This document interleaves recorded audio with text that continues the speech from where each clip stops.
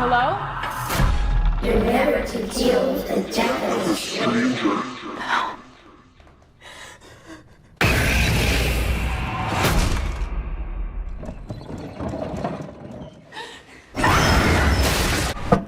Who's next?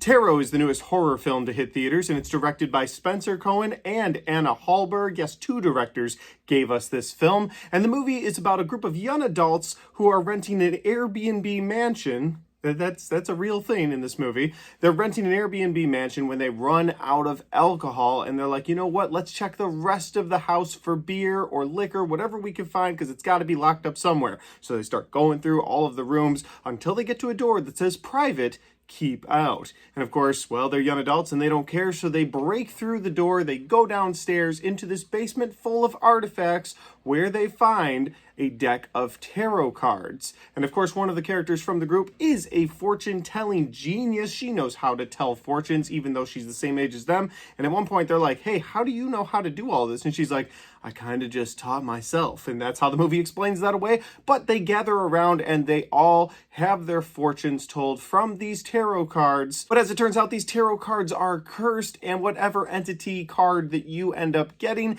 is the thing that's going to come after you in the next 48 hours. And so then the movie starts a process where you have one character who's completely alone and the entity comes after them to kill them. And then it happens again and again and again until the movie ends. And that's the best synopsis that I can give you for the movie Tarot. If you're interested in checking out this movie, it is playing in theaters now. I would highly recommend wait till it's free on streaming, but do what you need to do. Let's talk about the positives and some of the negatives. First positive I have for this movie is going to be the look and design of the creatures slash entity that's coming from these cards. Now, you don't see much of each one of these individual creatures because they're there for their scene and then they're gone. You see most of the death character. I think that's the most screen time that any of these monsters get.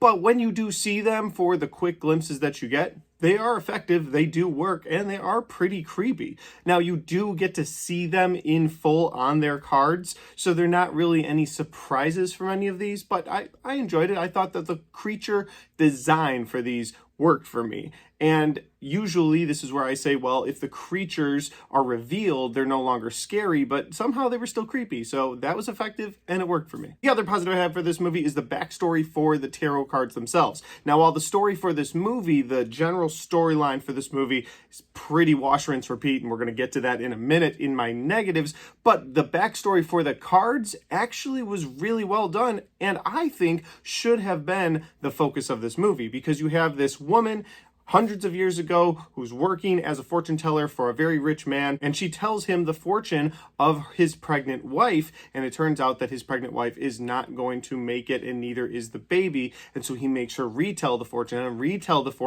and each time it's coming up death. And while the man tries to change the future and not let that happen, it does, because that is what the cards told. And so since his baby died, he takes her child, and now she curses the cards to go after anybody who uses them. It's an interesting concept. Again, I actually liked the concept of that story, and I wish there would have been more to it. Once you get that glimpse of the movie, that's it. You get to see that fortune teller who has cursed the cards a couple more times in the movie, but again, I think that really the movie should have been focused back then. You could have then had sequels where you had these cards turning up, but instead you started in modern day, and that storyline just didn't work for me. Which leads me to my first negative of this movie, and we're just going to continue on with the storyline because this is very wash, rinse, repeat.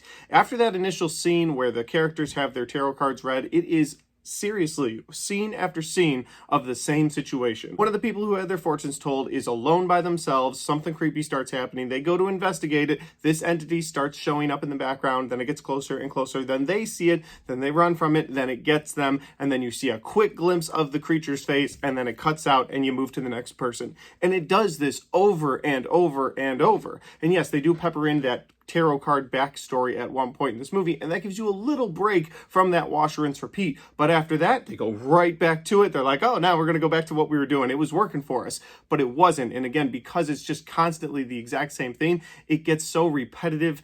it just is boring after a while. Another negative I have for this movie is going to be that one character in particular, this girl who tells everyone's fortune, has this special ability of being able to read tarot cards, know everything about them, and be able to tell everyone's fortune because the movie has given her that power. It would have been an interesting storyline if she was like connected to the woman who cursed the cards in the first place. Maybe she was a descendant. That would have been kind of cool. But no, instead, she just has the ability to do this. And again, people ask her, hey, how do you know how to do this? And she just says, I kind of just taught myself. So I know how to tell fortunes. And it's just kind of like the story forced her character to be able to do that. There's no real reason. Maybe the cards found her. But no, instead, she just has the ability to tell everyone's fortunes and knows everything. And then everyone's like, wow, you're really good at this. A little unbelievably so. And as the audience member, you feel the same way, and it just doesn't work. My next negative for this movie is going to be the inconsistent features of this creature. And originally, as I'm watching this movie, I thought they were different creatures and they all had like maybe different things they could do.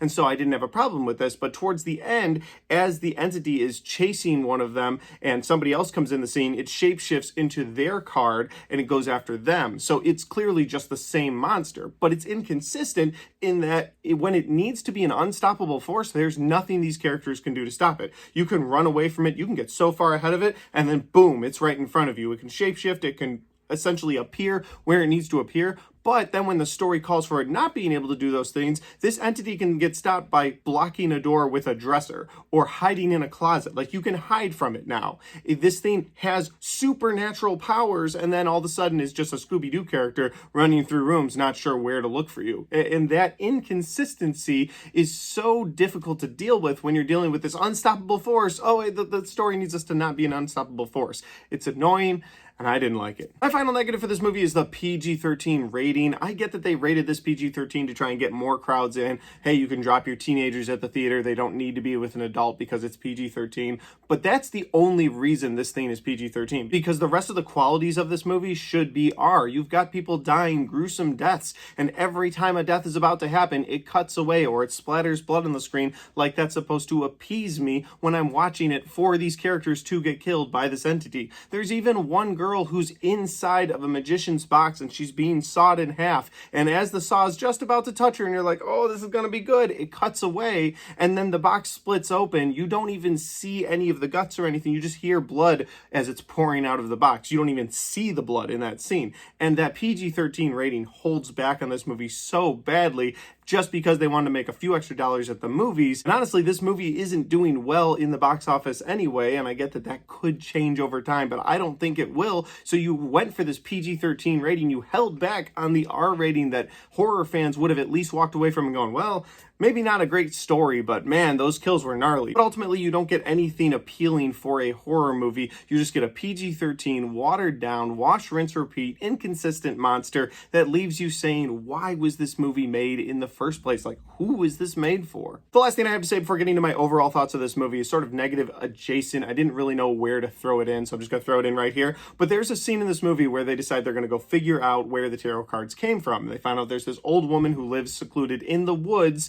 and she has information on the tarot cards. So they go out there to specifically meet this woman. So they get there, the house is dingy, looks run down, and they knock on the door and no one comes to the door and they're kind of looking around. But keep in mind, they're there to specifically meet this woman. Then they're in front of this window and she pops up in the window and one of the girls screams. She goes, oh my God, somebody's in there. And it's like, well, yeah, you came to meet her. So it was very poorly written, very poorly done. Maybe it was just trying to get you one more jump scare in this movie, but it was just ineffective all around. And as I was leaving the theater, I was like, I grabbed my phone, I was like, I gotta write this down. So I couldn't deal with it. But overall, this movie wasn't great. It wasn't even really good, but it wasn't the worst thing I've seen so far this year. It wasn't the worst horror movie I've seen so far this year. That still goes to Founders Day. Founders Day, one of the biggest issues I had with that movie was it just overstayed its welcome. It was 2 hours plus, whereas this movie was a tight hour and a half, and at least they kept it shorter, and it was just able to get through that runtime and get the hell out of the theater. So I'll give it that. I don't recommend this movie to anyone, and I do have one question I I guess, for the company who put this movie out. And that question is, why did this drop in May? Why did this drop between Kingdom of the Planet of the Apes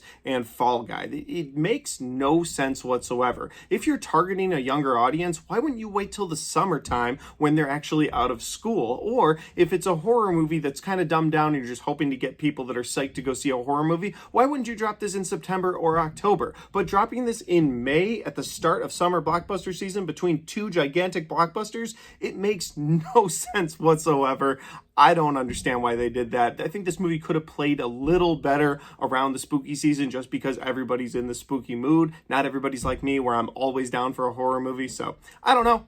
Doesn't make any sense. Overall, I don't recommend this movie to anybody. If you're gonna watch it, maybe wait till streaming, maybe wait till the Halloween season. You get a little bit of Halloween feeling in this movie just because there's evil stuff happening, I guess. But those are just my opinions because that's my review for Tarot. Guys, if you had a chance to see Tarot yet, if you have, let me know in the comment section down below. Maybe we agree or disagree. Maybe there's some things that I liked that you didn't like about it, or maybe you've just got completely different thoughts, and I'd love to know what they are in the comment section. Finally, guys, if you like this review and you want to watch more, don't forget to hit the like button because it helps the video, it helps the channel, and it helps me right here. Thanks for watching. I'll see you next time.